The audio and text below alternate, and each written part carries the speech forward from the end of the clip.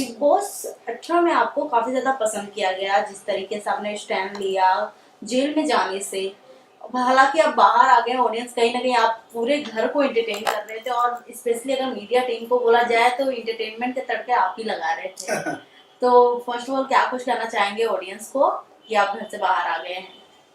हमारे प्यारे प्यारे व्यूअर्स को, ऑडियंस को, समर्थकों को, साथियों को, भाइयों को, बहनों को, विश्व भर में जो हमें चाहते हैं उन्हें हम यही कहेंगे। वो एक गाना था, चलो बुलावा आया है। हमें भी बुलावा आया था, कोर्ट ने हमें बुलाया था। जब कोर्ट की पेशी लगती है तो हाजिरी लगानी पड़ती है।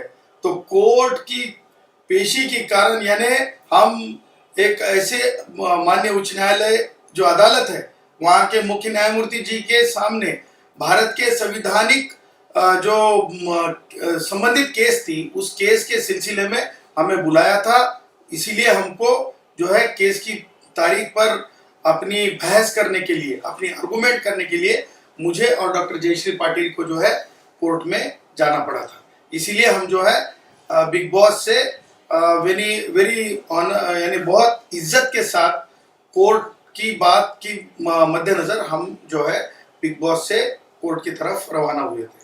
हालांकि अब बाहर आ गए, ऑडियंस कहीं ना कहीं अभी भी नाराज है, तो कोई ऐसा अपकमिंग में प्लान है सर कि बाद में भी हम री एंट्री भी कर सकते हैं? हाँ, डंकी की चोट पे अगर हमें समय मिला तो जरूर जरूर जरूर हम फिर बिग बॉस में हो गए, और बिग बॉस में हम अपनी जो चीजें हैं बहुत अच्छी तरह से रखने की, हमारी सोच बहुत अच्छी तरह से रखने की पूरी कोशिश करेंगे। सर जैसे कि मैंने कहा था, जिस तरीके से आपको एक टास्क की तरह ही मिला था कि जेल में जाने का, बट आपने उसे एक्सेप्ट नहीं किया। बट ऑडियंस अभी तक कहीं ना कहीं कंफ्यूजन में है, क्या कि सर ने अगर एक्सेप्ट कर लिए होते तो एक और हमें चीजें देखने को मिलती है कि अगर एज अ लॉयर अगर जेल में जाते तो वहां पर क्या कुछ करते वो। इसके पहले तो हमने बड़ी जेल यात्रा की है। तो यात्रा तो हमारे साथियों ने, भाइयों ने, हमारे चाहने वालों ने काफी लंबी हमारी जेल यात्रा देखी हुई है। तो मेरे ख्याल से झूठी मूठी जो वहाँ पे जो शो था, उससे अच्छा जो हमने जो वहाँ पर अपनी बात रखी, जिस तरह से बात रखी, मुझे लगता है वो लोगों ने ज्यादा पसंद की। वो कुछ ज्यादा ही लोगों ने पसंद किया कि आपने स्टैंड लिया। आपको हर एक सिनारियो को लोगों ने टोटल 24 आवर्स देखा गया लाइव आपको। और मेरा सवाल ये है, इतने सारे कंटेस्टेंट थे बिग बॉस हाउस में, मैं जानना चाहूंगी आपके फेवरेट कौन थे उनमें से? हमारे फेवरेट जिनसे आपकी बॉन्डिंग बहुत ही अच्छी थी। हम बॉन्डिंग पे विश्वास नहीं, हम अपने आप पे विश्वास रखते हैं, और हम जो बोलते हैं डंके की चोट पे बोलते हैं। तो शायद 2018 सीजन यानी बिग बॉस अभी मैच्योरिटी के एज में आए हैं, और हम मैच्योरिटी से कर रहे थे। बाकी लोग वो उबले चने फ्यूचर हीरो फिल्मी दुनिया से थे, वो कलाकार लोग सीरियल से थे। हम बड़ी इज्जत करते हैं क्योंकि फ्यूचर हीरो है, इसीलिए तो हम बोलते हैं उबले चने उनको।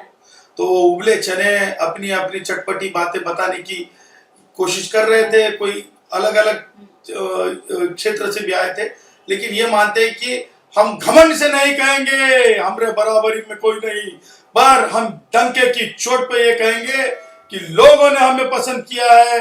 हम बाहर आने के बाद पता चला हमको कि लोगों के दिल पे हम छाए हैं। इसका मतलब हम ये समझते हैं कि जो लोग चाहते हैं, जो भाई चाहते हैं, चाहने वाले चाहते हैं, उससे बड़ा कुछ नहीं होता है। तो लोगों ने जिसे बड़ा समझा, लोगों ने जिसे एक नंबर दिया, लोगों ने कहा हम एक नंबर पे है, तो हम ये समझते हैं कि वहां पे हमारे साथ साथ बराबरी के साथ कोई नहीं था।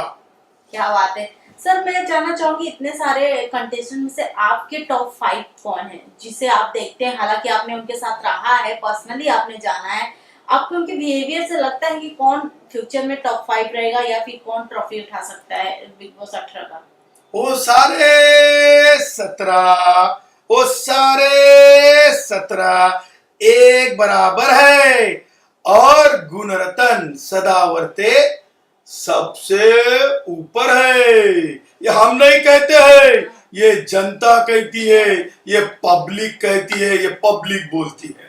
कहीं ना कहीं अगर आप घर में बने रहते तो हालांकि टॉप 3 टॉप 2 टॉप 1 में भी आप रहते, बट इन केसेस आप बाहर हो गए हैं। तो मेरा ये है कि आपके अकॉर्डिंग कौन आपके हिसाब से लगता है कि इस बार बिग बॉस में अच्छा गेम प्ले है उसका इस समय? हम कराची वाले से डरते नहीं, दाऊद इब्राहिम को बख्शते नहीं, तो हमसे अच्छा कौन।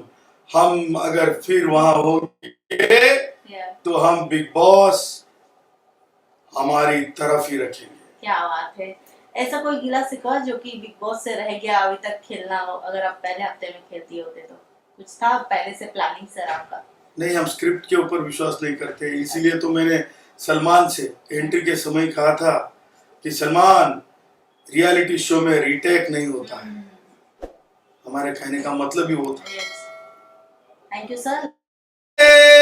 17 वो सारे 17 एक बराबर है, और गुणरत्न सदावर्ते सबसे ऊपर है। ये हम नहीं कहते हैं, ये जनता कहती है, ये पब्लिक कहती है, ये पब्लिक बोलती है। कहीं ना कहीं अगर आप घर में बने रहते तो हालांकि टॉप 3 टॉप 2 टॉप 1 में भी आप रहते, बट इन केसेस आप बाहर हो गए हैं। तो मेरा ये है कि आपके अकॉर्डिंग कौन आपके हिसाब से लगता है कि इस बार बिग बॉस में अच्छा गेम प्ले है उसका इस समय? हम कराची वाले से डरते नहीं, दाऊद इब्राहिम को बख्शते नहीं, तो हमसे अच्छा कौन। हम अगर फिर वहां होंगे तो हम बिग बॉस हमारी तरफ ही रखेंगे। क्या बात है। ऐसा कोई गिला शिकवा जो कि बिग बॉस से रह गया अभी तक खेलना हो, अगर आप पहले हफ्ते में खेलती होते तो कुछ था पहले से प्लानिंग सर आपका? नहीं, हम स्क्रिप्ट के ऊपर विश्वास नहीं करते, इसीलिए तो मैंने सलमान से एंट्री के समय कहा था कि सलमान, रियलिटी शो में रीटेक नहीं होता है। हमारे कहने का मतलब ही वो था। Thank you sir. लास्टली क्या कुछ कहना चाहेंगे ऑडियंस को आप? यही कहना चाहता हूं कि फिल्मी जगत ने अंडरवर्ल्ड की दुनिया से अपना फासला रखना चाहिए। चीजें बेहतर करने के लिए कलाकारों ने अपने अपने दूसरे कलाकारों के साथ मिठास रखनी चाहिए।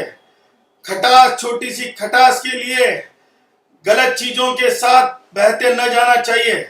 इसके परिणाम हमें लगता है कि इसके पहले भी कला जगत ने भुगते हैं अंडरवर्ल्ड से, तो अंडरवर्ल्ड से दूरी रखना ही कलाकारों ने बेहतर है। मैं ये समझता हूँ, परेशानी शाहरुख की हो, परेशानी सलमान की हो, परेशानी गोविंदा की हो, परेशानी तो परेशानी होती है, तो इस परेशानी का निपटारा गलत चीजों के साथ जाना नहीं, ये परेशानी का निपटारा आपस में बैर रखना नहीं है।